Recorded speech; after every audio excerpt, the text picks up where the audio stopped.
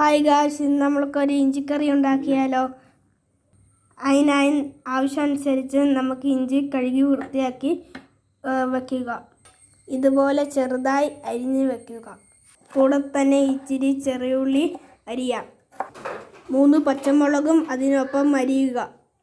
ആ സമയങ്ങളിൽ നെല്ലിക്ക പരുവത്തിൽ പുളി കുതിർക്കാൻ വെക്കാം.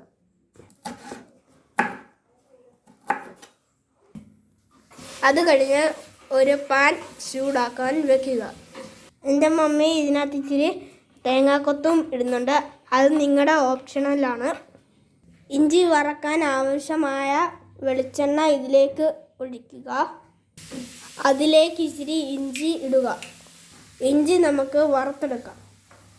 ഇതിൻ്റെ കൂടെ തന്നെ ഇച്ചിരി ചുവന്നുള്ളിയും പച്ചമുളകും തേങ്ങാക്കൊത്തും ഇടുക.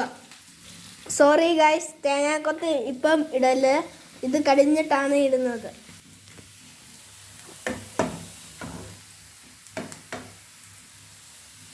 ഇതിലേക്ക് ഒരു തണ്ട് കറിവേപ്പില ഇടുകയാണ് ഗൈസ്. വറുത്ത ഇഞ്ചി മൂത്ത് വരുമ്പോൾ കോരിയെടുക്കാം. നമുക്ക് ആ പാനിൽ തന്നെ ഇച്ചിരി എണ്ണ ഒഴിക്കുക. അതിലേക്ക് നമ്മൾ നേരത്തെ അരിഞ്ഞ തേങ്ങാക്കൊത്ത് ഇടുക. ഏകദേശം ഈ പരുവമാകുമ്പോൾ സ്റ്റൗ ഓഫ് ചെയ്യുക.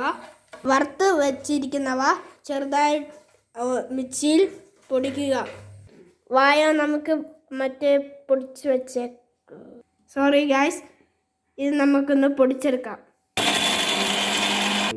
ഗായ്സ്, ഈ പരുവത്തിനാണ് പൊടിച്ചെടുക്കുന്നത്.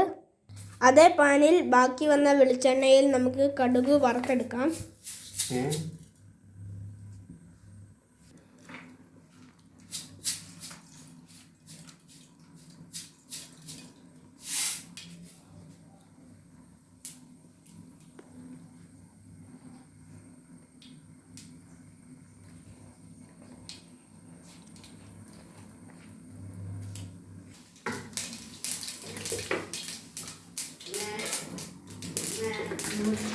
രണ്ട് വറ്റൽമുളക് ഒടിച്ച് ഇട്ട് ഒരു തണ്ട് കറിവേപ്പിലയും ഇടുക.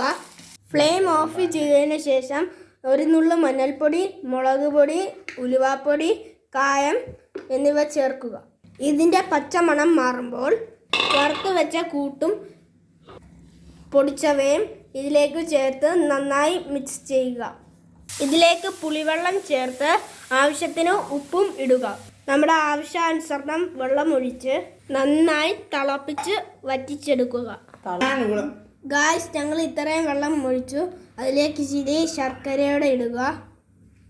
ഇത് നന്നായി അടച്ച് വെച്ച് എണ്ണ തെളിയുന്നിടം വരെ വറ്റിച്ച് എടുക്കുക.